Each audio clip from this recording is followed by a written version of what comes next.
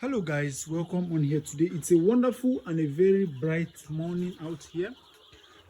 So guys, we just came out very early in the morning because it's actually day 6 and we are actually going out today very early. All right, so guys, if you look closely, you see I did a wood under that drinkers, so that's to enable them to not pour wood shavings anymore. You can see how strong that thing is.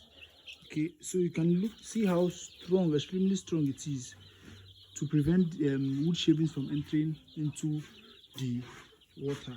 All right, so guys, and if you look up closely, we've made airway for ventilation, but it's not really enough. So we're actually going to make more. We're actually going to remove those wood. You can see there that is holding it, so it can actually come down a bit for there to be enough ventilation, because here is currently stuffy. All right, so as these beds are gradually going up, we need ventilation to avoid coccidiosis. All right, so guys, one thing again I noticed is these wood shavings I put is kind of much. All right, it's kind of much, so we're actually going to decrease it, but that will be later on.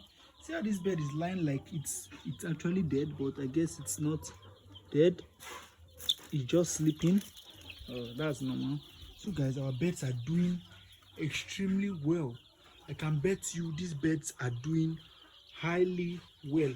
I think at this point they don't need this light anymore, I think, because this bulb currently is it's a heat source, so I'm sure that they don't need any heat source again at the moment. All right, till rain comes and I feel that they are feeling cold, then you can actually put on the heat, all right, or switch on the bulb. But currently, for now, we don't need any heat source at the moment. All right, we need partial ventilation, at least 40% of ventilation, then 60% ventilation and 40% of warmth at this stage of their life. All right, and I'm really happy because they are doing extremely well. So this stuff I placed here, some of these beds will climb and they will run out to step out from here. So maybe I just had to put it so later on, if they want to move up back, you can actually get access to just move up, right, without any struggling to jump over. So that is why I did that. So guys, aside that, generally these beds are doing extremely well, I'll tell you.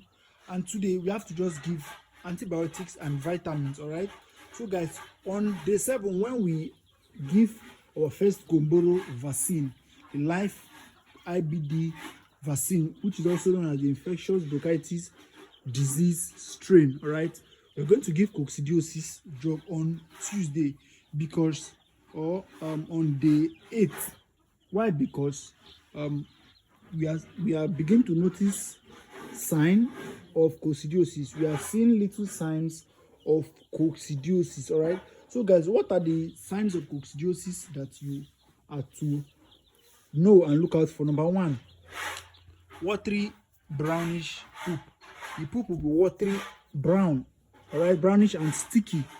All right, when it's like that, then you know that coccidiosis is around the corner waiting for your birds, all right, to strike.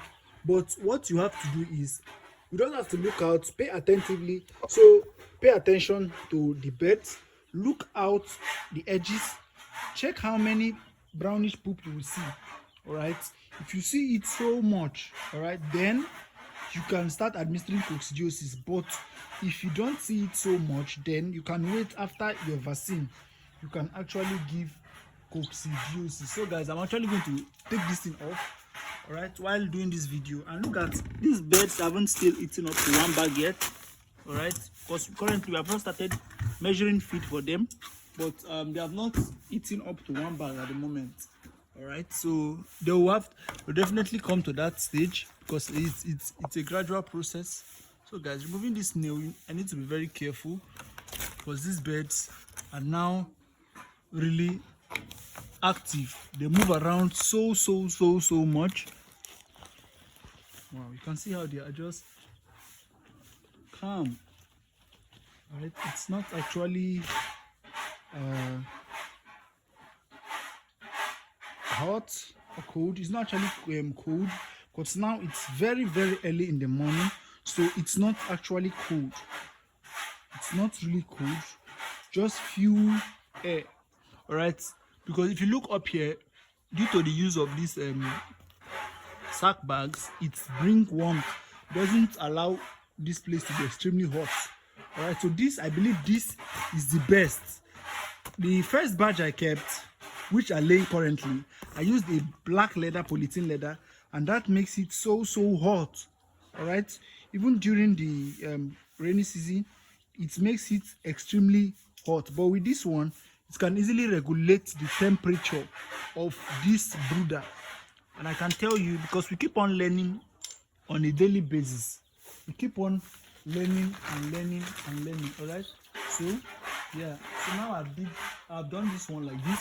I'll actually have to take off this one as well, okay, to make sure we have something of this nature.